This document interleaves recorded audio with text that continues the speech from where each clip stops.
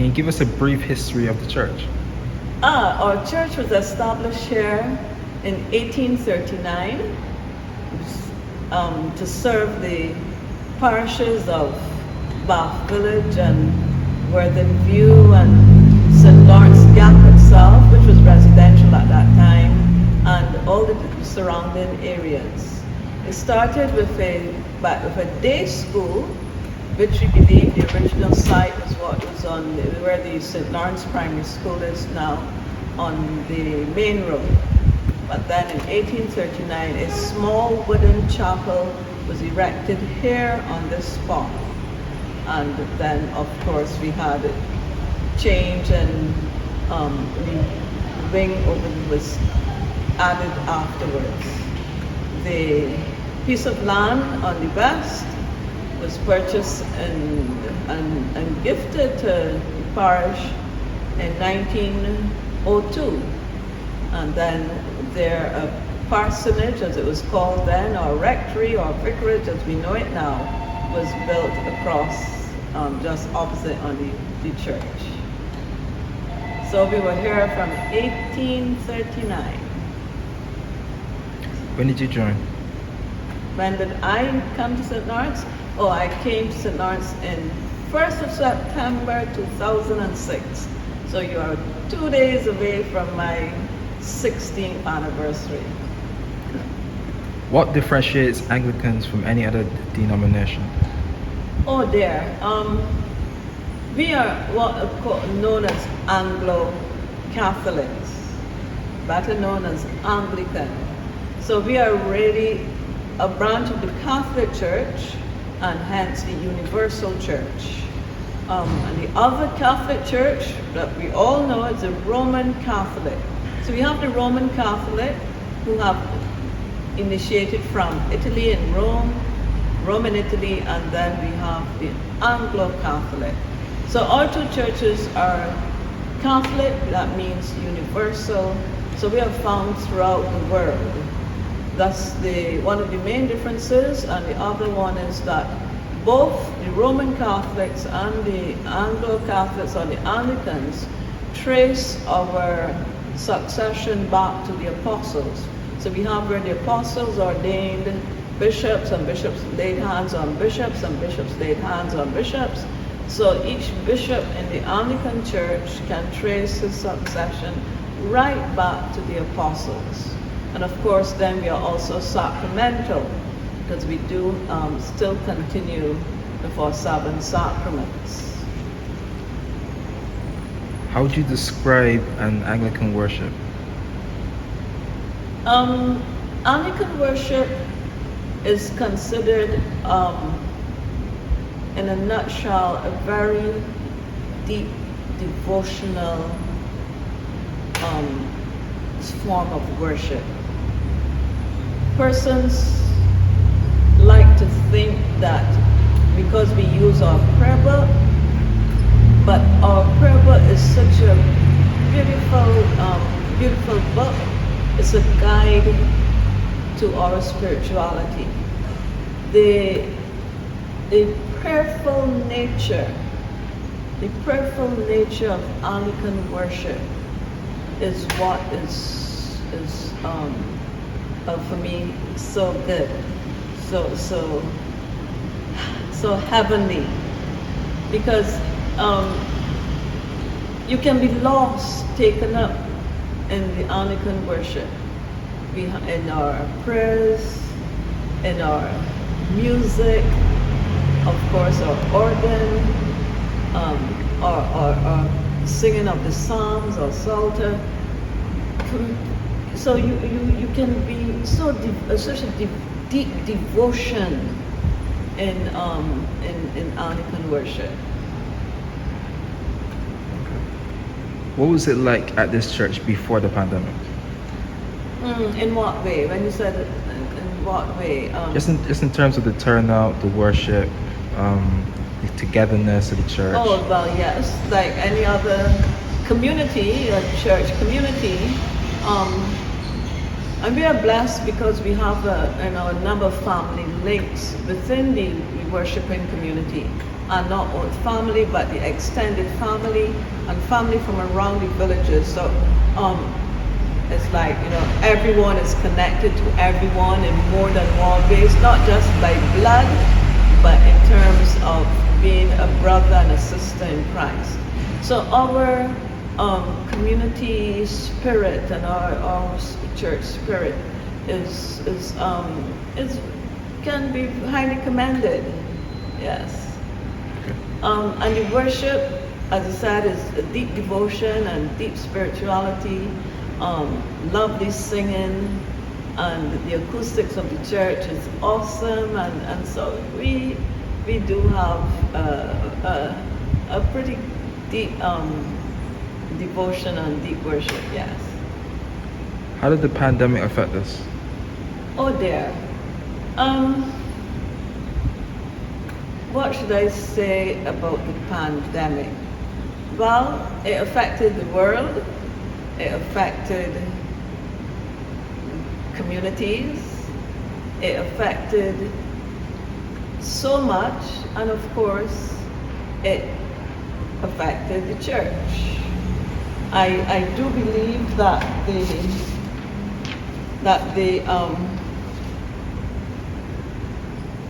the pandemic showed up the inadequacies of the church in carrying out the command of our blessed Lord and Savior to carry the gospel out to the four corners of the earth. And believe it or not, the pandemic has allowed the church to be changed in such a way that it is now possible to say that the church may be carrying out its mandate a bit better than before. And I say that because worship before was strictly face-to-face. Everything. We had, if I go through the week, we had our worship, 2 services on Sundays. We had our Eucharist on Tuesday mornings. On Wednesday mornings, we took school prayers. I was all at school. On Wednesday evenings, we had the prayer group met. And then on Thursdays, we had Bible study. On Friday evenings, we had youth group. And that was it, everything was face to face. And we were reaching only those who were coming out face to face. But the pandemic allowed persons to use their creativity. And I think that is the way that the church has changed the most and has been more effective than before. Yes, we can look at the downside to it, but if we look at the positives to it, for instance, when we were down to numbers of 3 and 10, which was just basically to come here to be able to stream services, normally we may have had a congregation of say 150 people between the 2 services on Sunday. But when we did our services and we sent them out to our YouTube channel, and then persons subscribe, and persons all over the world were tuning in and watching our services and worshiping with us online. And we were reaching thousands compared to what we were reaching before. So yes, that's a positive. Of course, the negative to that is that you weren't able to get your physical communion. We were practicing a spiritual communion, and some persons actually, as we consecrated the Eucharistic prayer, actually took their own bread and their wine, and they held them as they were consecrated and during prayer, and consumed them. So yeah, it allowed people's creativity to shine. And again, if I say on the Wednesday, then again, I would go over to the school and I would take school prayers. It's a small school, a roll of just under 200, and those are the children that I would be able to speak to interact with, and so on. But along comes the pandemic, along came school prayers, and I must say, at St. Lawrence Primary, the principals were just as eager that we continue the worship weekly. And that continued, and you know what? Sometimes, not sometimes, all the time, instead of just reaching, say, 200 children, boy, you know the children had to be supervised online by an adult. And sometimes I would ask a question and I can hear a parent whispering the answer, and then the child will come on. So what it meant is that instead of just reaching just under 200 children, I was reaching just about 200 families. So some mornings, you know, you said, well, I didn't have an idea of how far the word was being spread.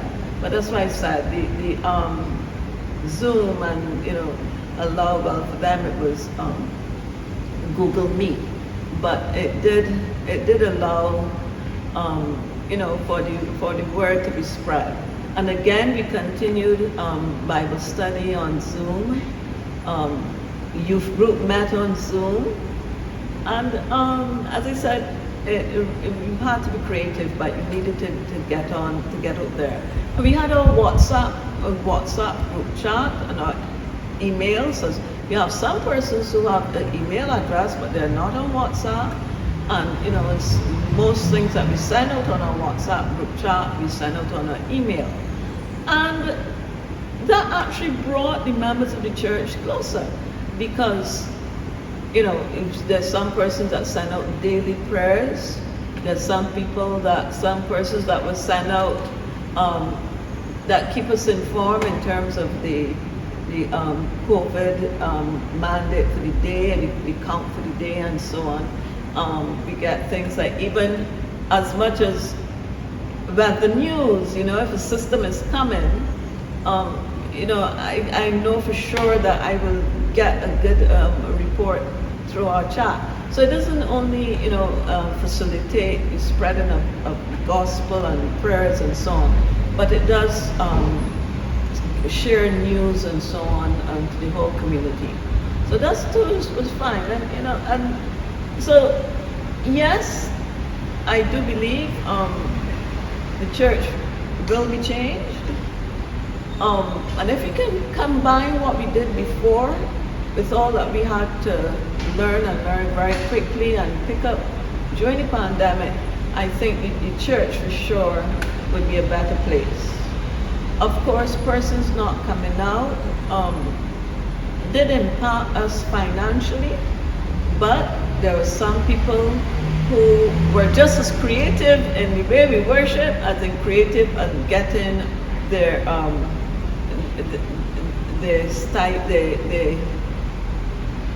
tithes or the collection and the stewardship envelopes.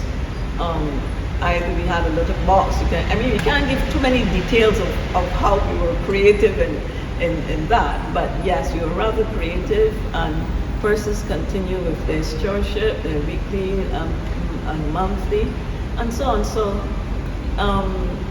yes, as I said, creativity was one of the main aspects. You mentioned numerous benefits to being online. Can you talk to me quickly about how it was like for you transitioning your message and your preaching to an online platform? Well, I was lucky. I was blessed. My first son is IT. He works at Sanile. And when there was total lockdown, he had a pass because he had to do work for a number of government agencies. And well, I don't know if I'm sharing some news I shouldn't share, but he was able to board their equipment from Sanile and brought it home and installed it at home. And so recorded for me then the came quite easily because he would just pop in and then he would upload to YouTube and so on.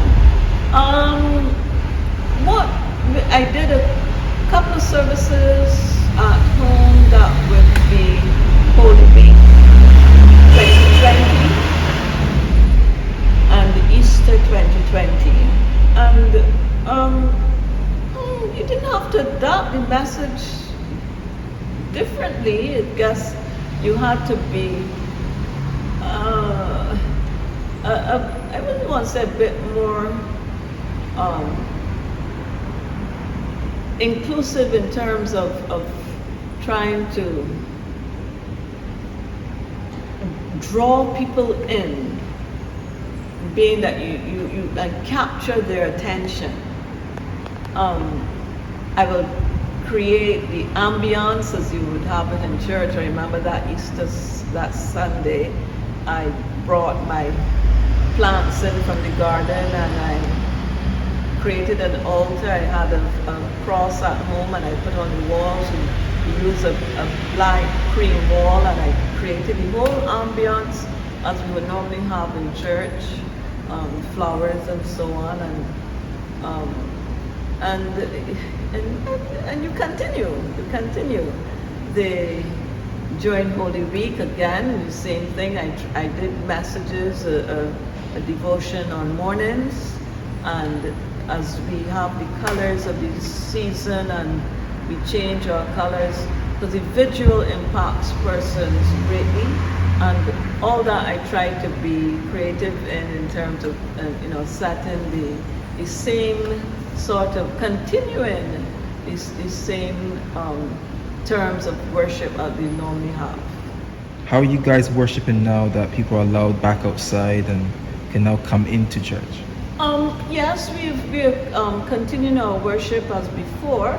As I said, we had a quite prayerful and spiritual devotion here, and we continue that.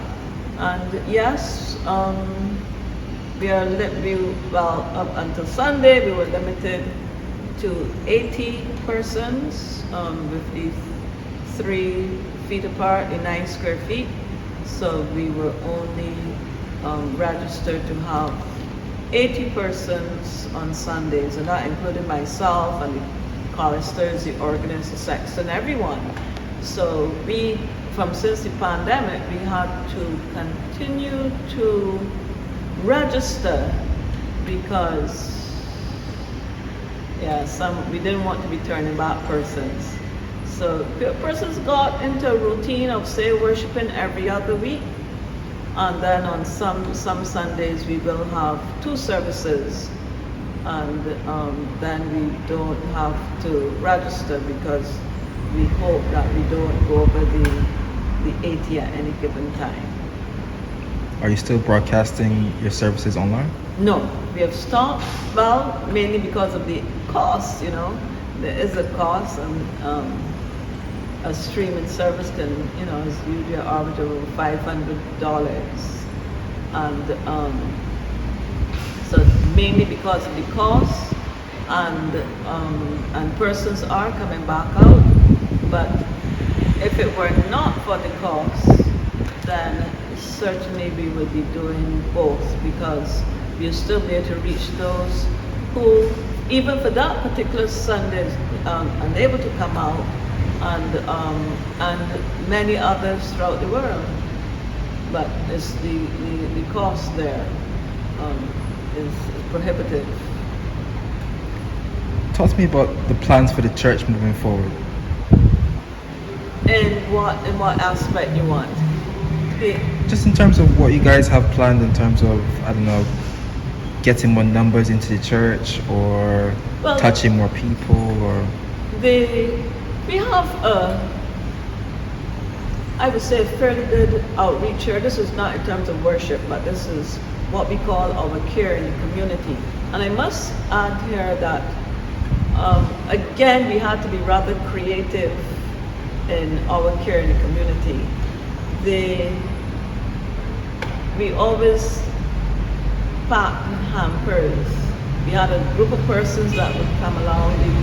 groceries were delivered, and a group of persons came along and they packed their hampers,